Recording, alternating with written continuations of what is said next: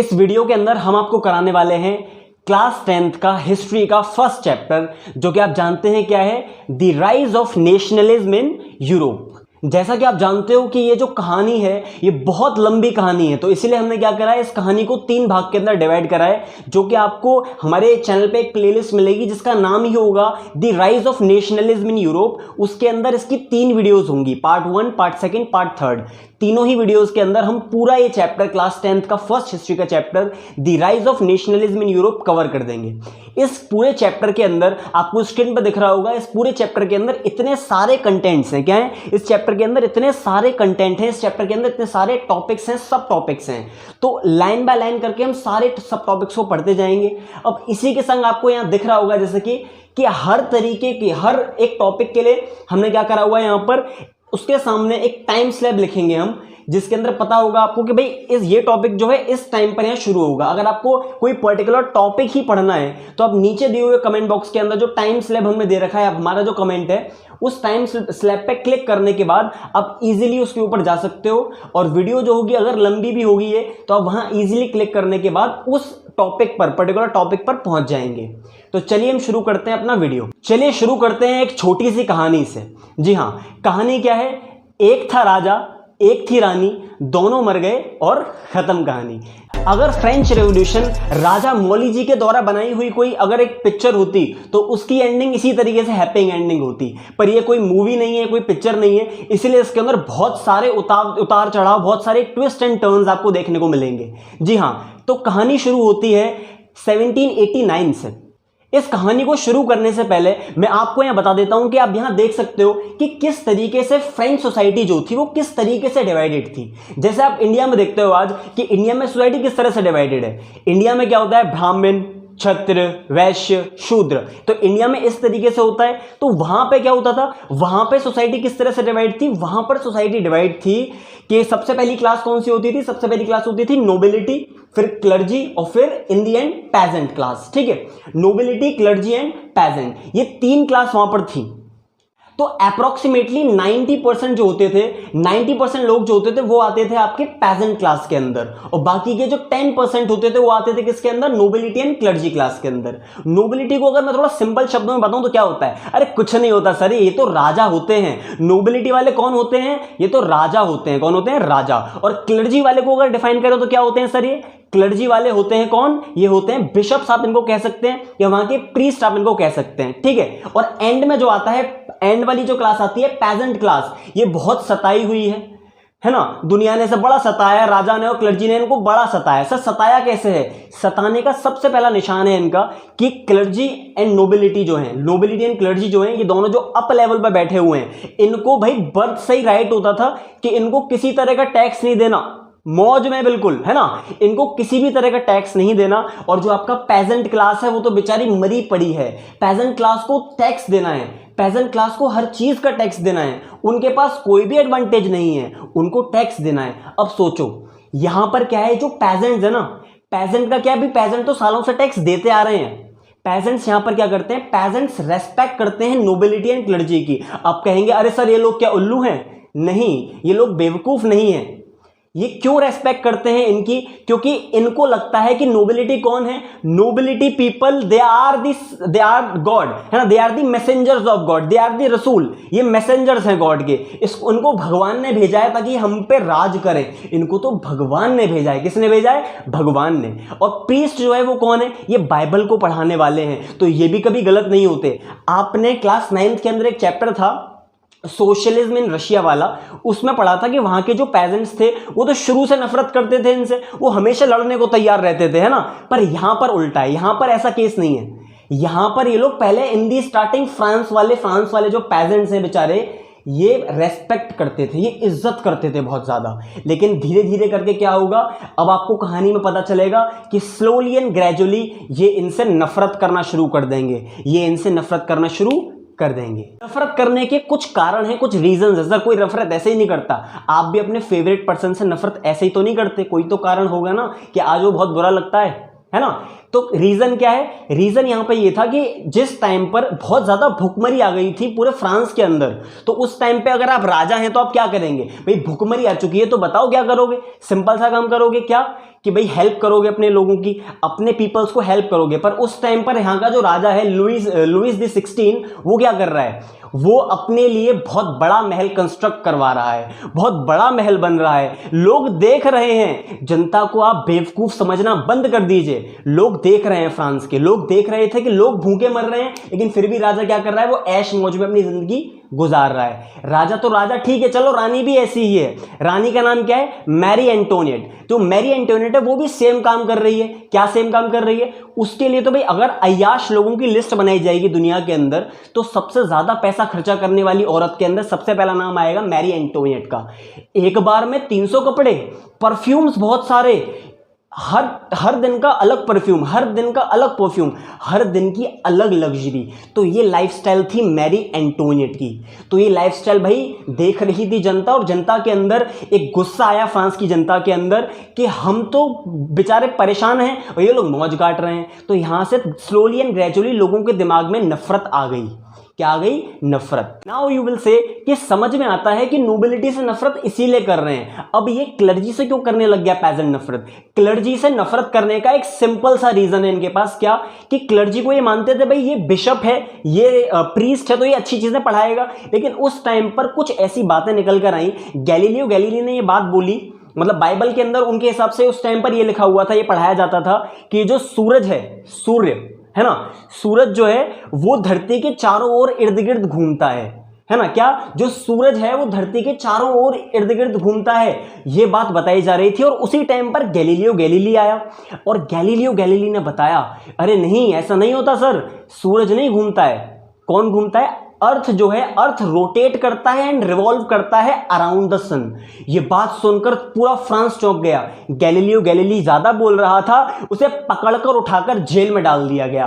तो इस चीज को दुनिया ने देखा। मैंने दोबारा बोलूंगा, जनता को मूर्ख समझना बंद कर दीजिए आप, ठीक है। तो लोगों को पता चला कि भाई जो क्लर्जी है वो भी कहीं ना कहीं गलत है, क्लर्जी कहीं ना कहीं गलत है। तो पेजेंट्स के दिमाग में क्या आ गया? Now peasants are having a mindset कि ये लोग गलत हैं, ठीक है। अब यहां से हमारी स्टोरी शुरू होगी, और इसी चीज का फायदा उठाया नेपोलियन बोनापार्ट, रॉबेस्पियर एंड बहुत सारे इसी तरह के रेवोल्यूशनरीज ने, लीडर्स ने। उन्होंने क्या करा? उनको पता था कि ये देश जो है, मतलब एक दो लोग नहीं जुड़े, यहां पे बहुत सारे रेवोल्यूशनरीज हैं जिनके नाम आपको स्क्रीन पर दिख जाएंगे, बहुत सारे। पर आपको नेपोलियन बोनापार्ट, रॉबेस्पियर जैसे लोगों का नाम ध्यान रखना होगा, ठीक है। अब इन लोगों ने क्या करा? इन लोगों ने यूनाइट होकर राजा के खिलाफ मोर्चा लगाना शुरू करा। राजा को कॉन्स्टिट्यूशन ले जाके दिया, बनाया संविधान, राजा के पास गए, राजा से बोला कि प्लीज साइन ऑन इट। राजा ने क्या करा? भाग यहां से, नहीं बिल्कुल साइन नहीं करूंगा। चलिए, अब आता है यहां पे औरतों का रोल। 5 अक्टूबर का दिन था और 1789 की ये बात है। 5 अक्टूबर 1789 को क्या होता है? बहुत सारी औरतें इकट्ठा होती हैं मार्केट के अंदर, वो लोग गाना बजाते जा रही थी। और जाते ही जाते वो, और उस टाइम पर क्या भी अपना राजा जो है, लाइक लुइस 16 जो राजा है हमारा, वो अपने महल में मजे ले रहा था, रानी मजे ले रही थी। लेकिन जैसे ही उन्होंने इन फीमेल्स को आते देखा तो ये देखकर चौंक गए, ये देखकर बहुत चक्के रह गए, यार ये क्या हो रहा है। And at that point of time सब फीमेल्स ने मिलकर प्रेशर डाला। किसके ऊपर प्रेशर डाला? उन्होंने प्रेशर डाला राजा के ऊपर कि now the king you have to sign that you will resign from the position. और राजा को रियलिटी में पता चल गया कि अब शायद उसका टिकना मुमकिन नहीं है, और वो चला गया।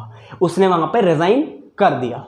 राजा ने रिजाइन कर दिया, लेकिन उसके कुछ टाइम बाद आगे जाकर राजा और रानी दोनों को ही वहां पर किल कर दिया गया। मतलब उनको फांसी पे लटकाने का सिस्टम तो नहीं था। एक क्या करते थे, एक अपना बड़ा सा वो रहता था, उसमें एक सर डाला जाता था, और उसके बाद ऊपर से एक ब्लेड टाइप का छोड़ा जाता था, और उसके बाद उनकी गर्दन दोनों की काट दी गई। मतलब मोनार्कियल पावर जो है, मोनार्कियल सिस्टम जो है, now that system is ended.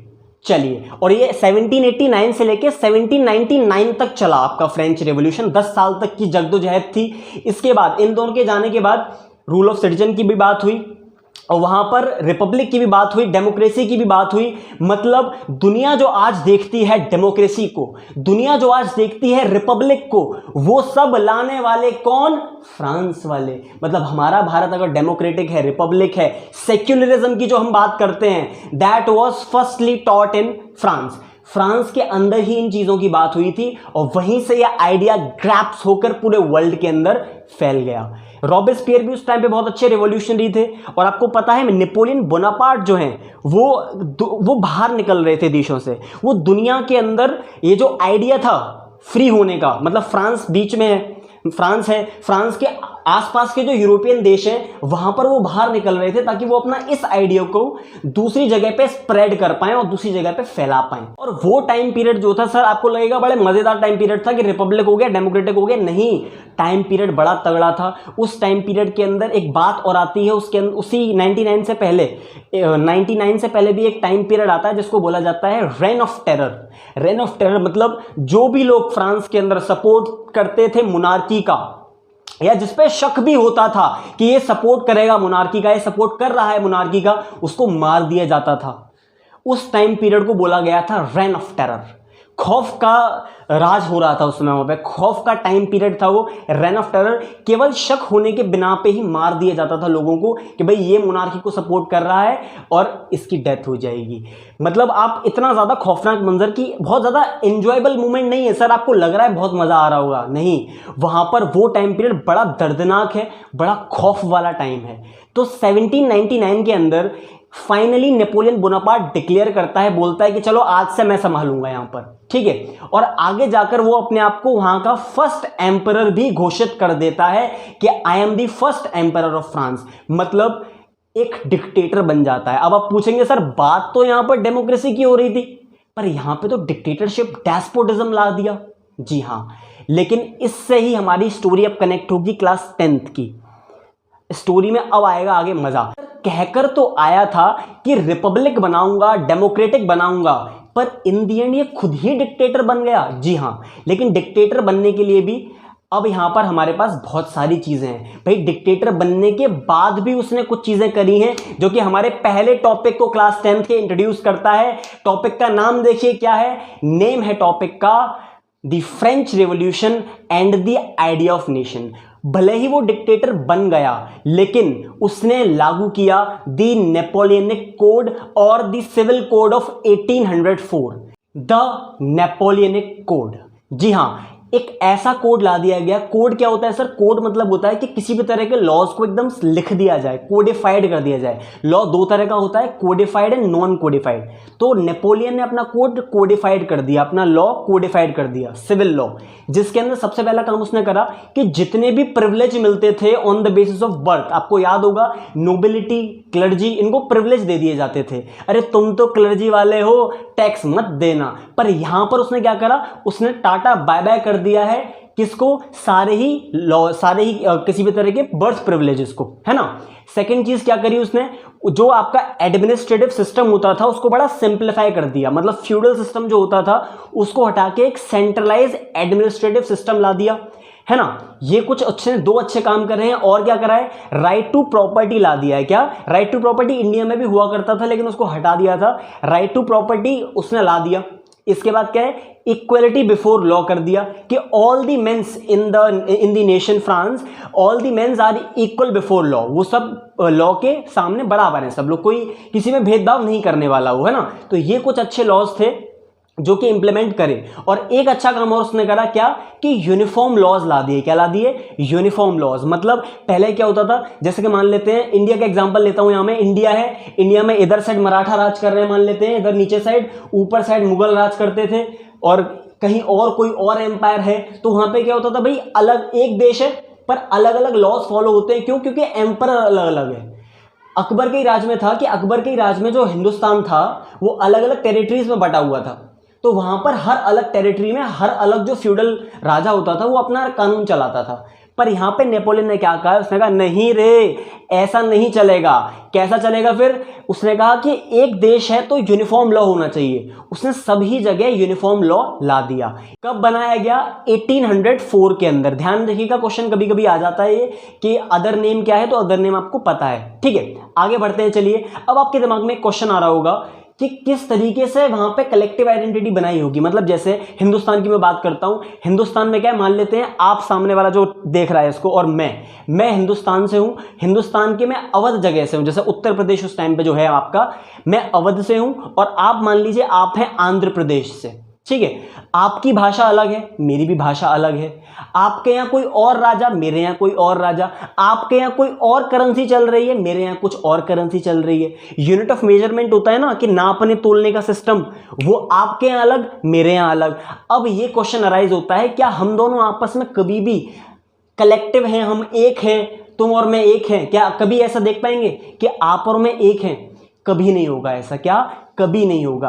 वहां पर हमारे सामने आई, या उन लोगों के, फ्रांस के वो जो लोग थे, रॉबेस्पियर, डैंटन और आपका नेपोलियन बोनापार्ट, इतने सारे जो आपके रिवोल्यूशनरीज थे, इनके दिमाग में भी ये क्वेश्चन आया कि फ्रांस को अगर एक बनाना है तो सबको क्या करना पड़ेगा? सबको पहले एक ही थाली का चट्टा बट्टा बनाना पड़ेगा। मतलब सबके दिमाग में sense of collective identity create करनी पड़ेगी। उस जमाने में ये सेंस ऑफ कलेक्टिव आइडेंटिटी किस तरह से क्रिएट करी गई होगी, किस तरह से सब लोगों को एक बनाया गया होगा, वो हम आपको बताते हैं। क्वेश्चन दिमाग में आता है कि उस टाइम पर कलेक्टिव आइडेंटिटी कैसे बनाई थी। तो कलेक्टिव आइडेंटिटी के लिए सबसे पहले क्या करा उन्होंने, जैसे हम भारत के लिए कलेक्टिव आइडेंटिटी जब बनाते हैं तो क्या देखते हैं कि भारत हमारी माता है और हम भारत माँ के बच्चे हैं। तो उन्होंने भी सेम आइडेंटिटी अपनाई। उन्होंने अपने यहाँ की अपनी भाषा के अंदर बोला, उन्होंने बोला ला patrie and le सितोयम। La patrie and le सितोयम मतलब कि ले सितोयम मीन्स सिटीजन। क्या होता है? Citizen, the citizen, the male citizen, है ना। कि ला पैत्र का मीन्स है फादर लैंड, फादर नेशन, मतलब जो देश है वो हमारा पिता है और हम उस देश के क्या हैं? सिटीजन्स हैं। ये इसके बाद उन्होंने और क्या करा, एक नया फ्लैग लेकर आए। क्या? एक न्यू ट्राई कलर फ्लैग। आप देख सकते हो वो एक न्यू ट्राई कलर फ्लैग लेके आए। जो पहले रॉयल स्टैंडर्ड फ्लैग था ना, उसको हटाने के बाद ये क्या लेके आए? अपना ट्राई कलर फ्लैग लेकर आए हैं। और ट्राई कलर फ्लैग के साथ साथ इन्होंने क्या करा है? न्यू नेशनल एंथम भी गाई है, नई नई ओथ्स भी ली गई हैं, हाइम्स भी कंपोज करी गई हैं, है ना, पोएम वगैरह ये सब चीजें लिखी गई हैं, ताकि वो ये देख पाए कि भाई हमारा देश है। ठीक है, अब इसके लिए एक चीज करने की जरूरत और है। क्या जरूरत है सर? कि वहां पे उन्होंने एक काम और कर दिया कि फ्रेंच लैंग्वेज को पूरे देश के अंदर इंपोज कर दिया। Means they have adopted French language as the official language of France. उन्होंने फ्रेंच लैंग्वेज को फ्रांस की ऑफिशियल लैंग्वेज डिक्लेयर कर दिया। किसी के दिमाग में आएगा सर ये तो गलत है, भाषा को इंपोज कर देना ये गलत है ना। पर उस समय वहां पर इस चीज की बहुत ज्यादा नीड थी, है ना। तो उन्होंने क्या करा? फ्रेंच लैंग्वेज को कर दिया, ला दिया, अपने ऑफिशियल लैंग्वेज बना दिया। इसी के संग संग अभी ला पैत्र में, इससे पहले हमने नेपोलियन वाले में देखा ना, क्या देखा उसके अंदर, वो इसमें भी लागू हो जाता है। क्या? कि उन्होंने सेंट्रलाइज एडमिनिस्ट्रेटिव सिस्टम लागू कर दिया। मतलब जैसे इंडिया में मान लेते हैं एक प्रेसिडेंट, एक प्रधानमंत्री। क्या उत्तर प्रदेश का प्रधानमंत्री अलग है? नहीं ना, प्रधानमंत्री तो एक ही है ना देश का।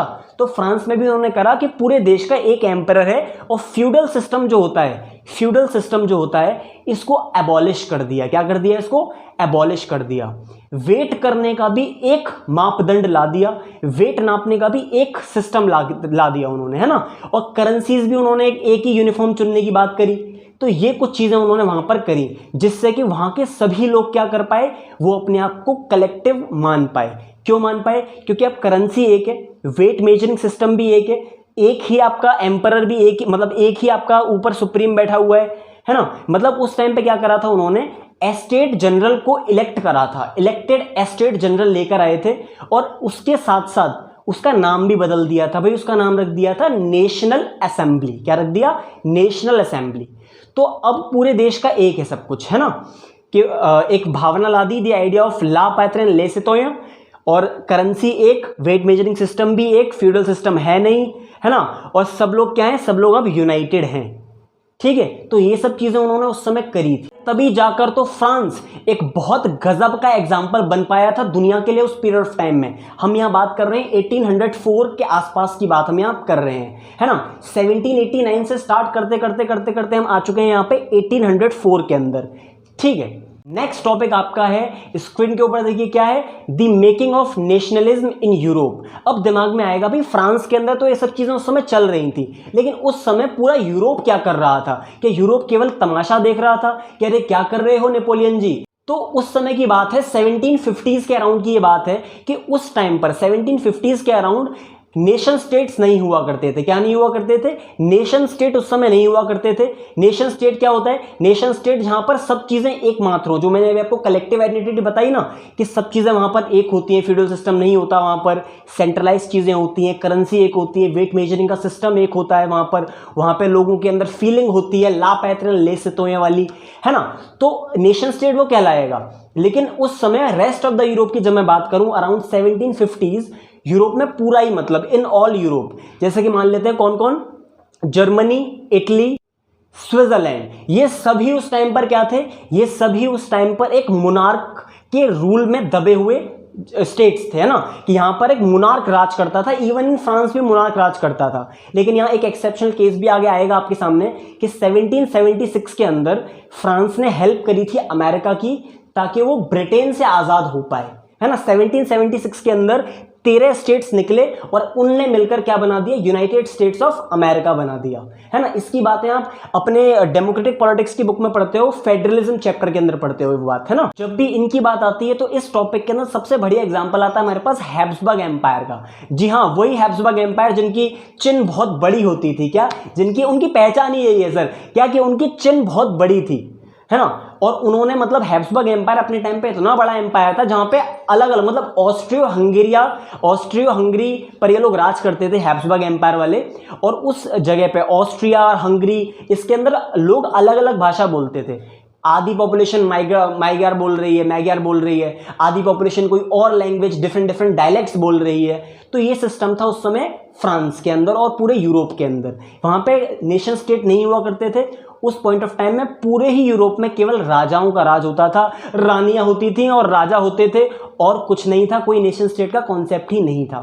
सबसे पहला नेशन स्टेट का कॉन्सेप्ट जो हमें मिलता है, जो लोगों ने छीन लिया, मिला नहीं, छीन लिया, वो मिलता है फ्रांस के अंदर से। फ्रांस में ही हम देखते हैं कि वहां पर नेशन स्टेट का कॉन्सेप्ट आया। नेपोलियन बोनापार्ट जैसे, रॉबेस्पियर जैसे लोग वहां पर हुए।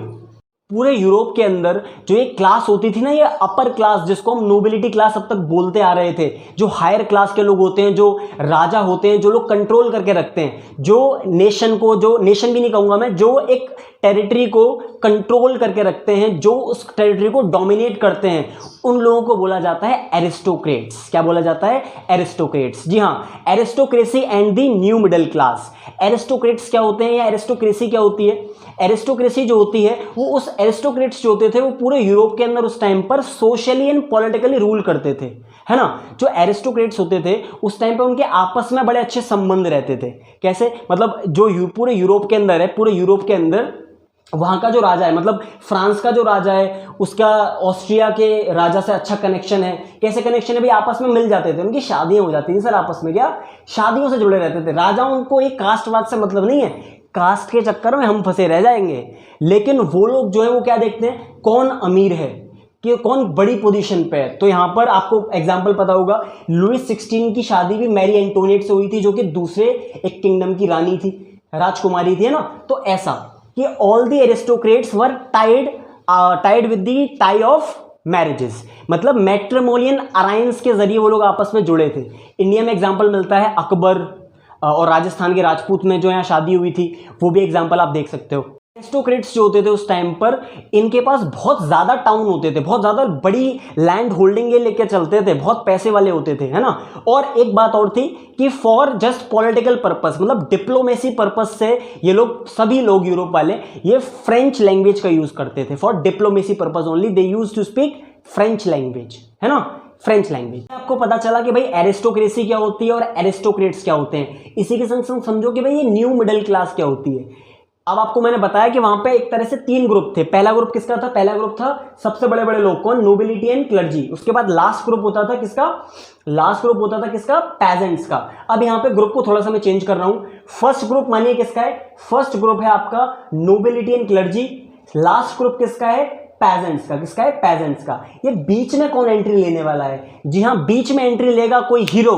पुष्पा है क्या ये? नहीं, ये हीरो है आपका दी न्यू मिडिल क्लास। बीच में आएगी कौन? दी न्यू मिडिल क्लास। ये न्यू मिडिल क्लास बीच में कैसे आ गई सर? ये कौन है? ये कहां से आए हैं? तो ये जो पेजेंट्स है ना आपके, ये पेजेंट्स में से ही निकलकर ऊपर ग्रो होकर आए हैं। इनमें से कुछ लोग बिजनेसमैन हैं, कुछ टीचर्स हैं, प्रोफेसर्स हैं, वेल ट्रेन्ड लोग हैं, है ना। तो ये लोग क्या, ये पेजेंट्स थे और ग्रोथ होते होते ये लोग मिडिल क्लास बने हैं, न्यू मिडिल क्लास बने हैं। और पहली न्यू मिडिल क्लास कहाँ इमर्ज हुई थी? पूरा यूरोप देखो, क्या ये पूरा यूरोप देखो, इस यूरोप को 3 पार्ट में डिवाइड करो, western Europe, eastern Europe and central Europe. दिख गया? हाँ, तो सबसे जो आपकी पहली न्यू मिडिल क्लास थी वो इमर्ज हुई थी कहाँ पर? वेस्टर्न यूरोप में। कहाँ हुई थी? वेस्टर्न यूरोप में। वेस्टर्न यूरोप में भी कहाँ हुई थी? इंग्लैंड के अंदर, है ना। इंग्लैंड के अंदर फिर उसके बाद हमें देखने को इंग्लैंड के अंदर हुई थी। इसका एग्जांपल हमें देखने को मिलता है कि ईस्ट इंडिया कंपनी भारत भी तो आई थी, वो न्यू मिडिल क्लास का ही तो एग्जांपल थी, है ना ये। तो अब इसके बाद फ्रांस के अंदर भी आई है कौन? फ्रांस के अंदर भी न्यू मिडिल क्लास इमर्ज हुई है। जैसे जैसे नेपोलियन ने फ्रीडम दी है लोगों को, तो ये लोग भी क्या बने भाई? पेजेंट्स भी क्या हुए हैं? ये भी थोड़ा थोड़ा धीरे धीरे ऊपर आना शुरू हुए हैं। ये लोग भी बिजनेस कर रहे हैं, ये लोग भी इंडस्ट्रियलाइजेशन की हेल्प से अपने आप को बड़ा बना रहे हैं। क्या कर रहे हैं? अपने आप को ग्रो कर रहे हैं। अब अगली वीडियो में हम जानेंगे कि कैसे न्यू मिडिल क्लास, जिसको बनाने में नेपोलियन बोनापार्ट का थोड़ा बहुत हाथ रहा, काफी हाथ रहा, वही न्यू मिडिल क्लास किस तरीके से बड़ी होने के बाद डिमांड करेगी। और डिमांड्स वो 2 स्फेयर में करेगी, एक पॉलिटिकल डिमांड और एक इकोनॉमिक डिमांड। किस तरीके से नेपोलियन के द्वारा ही बनाई हुई न्यू मिडिल क्लास, जो लोग थोड़ा बहुत फ्लरिश होकर आगे आए, इन दी एंड जाकर वो लोग अपनी डिमांड्स रखेंगे और वो लोग डिमांड करेंगे लिबरलिज्म की। क्या डिमांड करेंगे? लिबरलाइजेशन भी हम इसको बोल सकते हैं। कैसे वो लोग और आज़ादी मांगेंगे, कैसे वो लोग चाहेंगे कि एक नेशन स्टेट बन जाए, है ना। तो आगे की वीडियो में हम यही जानने वाले हैं in part second. I hope आपको अब तक का समझ में आ गया है। अगर समझ में आ गया है तो इस वीडियो को लाइक कर देना और नीचे जाके कमेंट बॉक्स में बताना कि और आगे की वीडियोस में आप कौन कौन से चैप्टर्स को देखना चाहेंगे। ठीक है, टिल देन बाय बाय।